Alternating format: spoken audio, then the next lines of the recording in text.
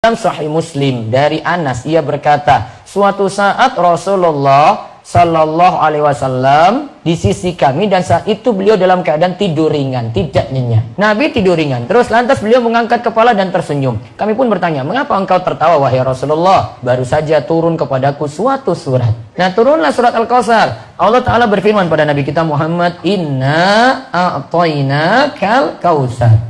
Nah, kemudian beliau berkata, tahukah kalian apa itu Al-Kautsar? Allah dan Rasulnya yang lebih mengetahui, jawab kami. Rasulullah Shallallahu Alaihi Wasallam itu bersabda, lihat, Al-Kautsar itu adalah nahrun, sungai yang dijanjikan oleh Rabbku Azza wa Jalla. Sungai tersebut memiliki kebaikan yang banyak. Ia adalah telaga yang nanti akan didatangi oleh umatku pada hari kiamat nanti. Yang setiap nabi itu punya telaga, berarti nanti umatnya Muhammad yang nanti mampir pada telaga ini. Nah, di sini tidak disebutkan sifat-sifat telaga tadi. Saya sebutkan di pembahasan lain. Bejana atau wadah untuk minum di situ jumlahnya bagaikan bintang di langit. Dan benda yang ada di langit pada malam yang gelap gulita. Itulah gelas-gelas di surga. Barang siapa yang minum dari telaga itu, maka ia tidak akan haus selamanya. Ya, dia tidak akan pernah haus selamanya. Padahal sebelumnya kita melewati padang mahsyar, baru nanti bisa menikmati telaga ini. Butuh akan minum ketika itu. Dan telaga ini nanti akan memuaskannya. Di telaga tersebut ada dua saluran air yang tersambung ke surga. Barang siapa yang minum airnya, maka ia tidak akan merasa haus. Lebarnya sama dengan panjangnya. Lebar telaga ini sama dengan panjangnya. Seukuran antara Amman dan Ailah. Ini nama tempat yang jaraknya itu begitu jauh.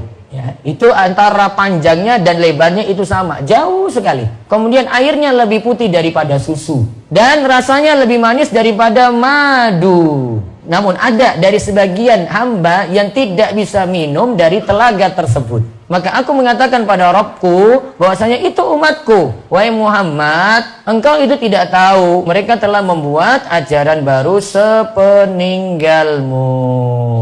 Yaitu mereka yang mengaku umat Muhammad namun tidak mau manut pada tuntunan Nabi kita Muhammad Sallallahu Alaihi Wasallam. Ketika mau mengampiri Al-Haud, mengampiri telaga, ditolak. Mereka adalah orang-orang yang telah membuat ajaran-ajaran baru sepeninggalmu. Alias amalan yang tidak ada tuntunan ini disebut dengan bid'ah. Akhirnya tertolak dari minum dari telaga Nabi SAW. Dari Al-Haud tadi.